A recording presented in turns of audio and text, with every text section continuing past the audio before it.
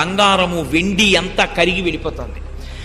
ఇటువంటి స్థితిలో ఆయన చైత్యప్రాసాదం ఎక్కి చెప్తున్నారు, మాదృశాని సహస్రాని విసృష్టాని మహాత్మనాం బలినాం వానరేంద్రాణం సుగ్రీవస్య మహాత్మన ఆగమిష్యతి సుగ్రీవ సర్వేషాం వో నిషూదన నీయమస్తి పురీం లంకాన యూయం నచరావణ యస్మాదిక్ష్వాకు నాదేన బద్ధం వైరం మహాత్మన అన్నారు.